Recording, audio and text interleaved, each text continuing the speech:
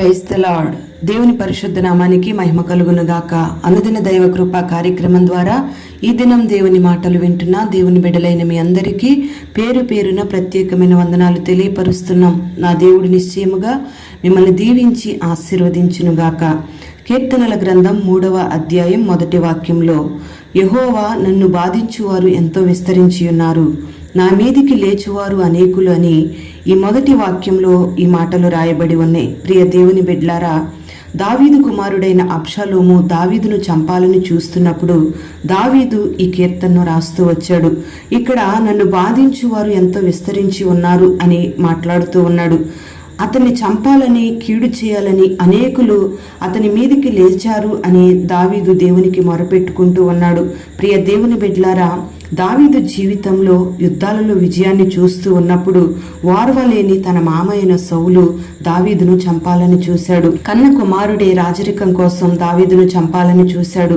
దేవుని మందసం ఎదుట దావీదు నాట్యమాడుతూ ప్రభువును స్తుతిస్తూ ఉన్నప్పుడు తన భార్య అయిన మీకాలు అతనిని హీనపరుస్తూ వచ్చింది. ఎంతగానో అవమానకరమైన మాటలు మాట్లాడుతూ వచ్చింది. మరి ఆ రీతిగా మాటలతో క్రియలతో బాధించే వాళ్ళు దావీదు చుట్టూ విస్తరించి ఉన్నారు గనుక దావీదు దేవునికి మొరపెడుతూ వచ్చాడు. అంతేకాకుండా ఇంకా ఈ అధ్యాయంలో మనం గమనిస్తే ఇక దావీదుకు దేవుని వలన రక్షణ దొరకదు అని అనేకులు మాట్లాడుతూ ఉన్నారు.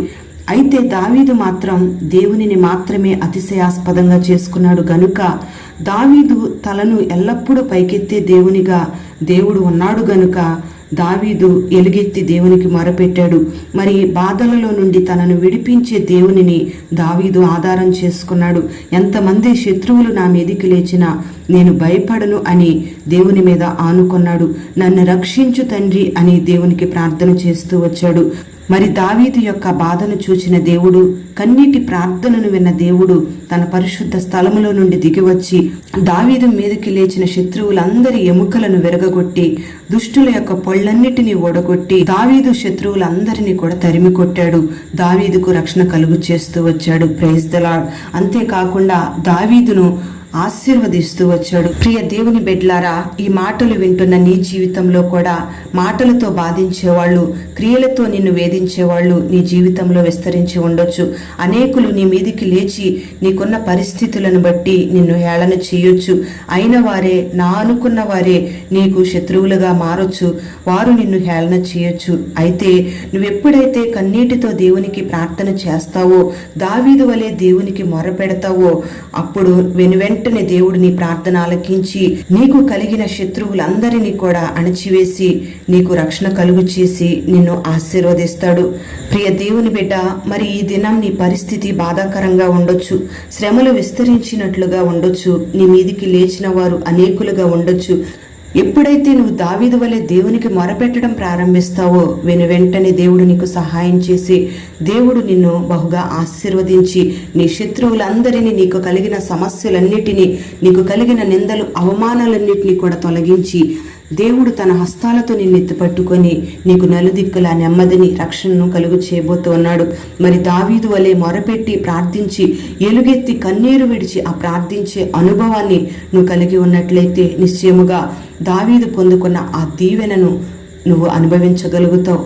మరి అటువంటి కన్నీటి ప్రార్థన జీవితం నా దేవుడు నీకు అనుగ్రహించి నిన్ను ఆశీర్వదించునుగాక. ప్రార్థన.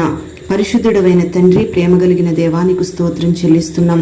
ఈ దినం ఈ మాటలు వినని బిడ్డలందరినీ కూడా పేరు పేరున మీరు ఆశీర్వదించండి. దావీదు జీవితంలో బాధించేవారు విస్తరించినప్పుడు, తన మీదకి లేచువారు అనేకులుగా ఉన్నప్పుడు నీకు మొరపెట్టిన వెంటనే పరిశుద్ధ స్థలములో నుండి దిగివచ్చి శత్రువులందరినీ తరిమి కొట్టి దావీదును ఎంతగానో ఆశీర్వదించి రక్షణ కలుగు చేసిన గొప్ప దేవుడవు.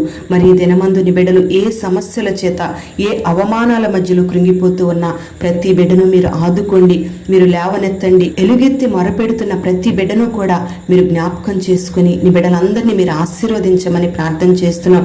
ప్రతి సమస్యకు విడుదల కలుగు చేసి ఎదురాడుచున్న శత్రు క్రియలన్నింటినీ మీరు అణచివేసి నీ బిడ్డలకు నెమ్మది, క్షేమం, రక్షణ, సంతోషం, సమాధానం మీరు అనుగ్రహించి ఈ మాటలు వినని బిడ్డలందరినీ పేరు పేరున దీవించమని యేసు నామములో అడుగుచున్నాము తండ్రి. ఆమెన్.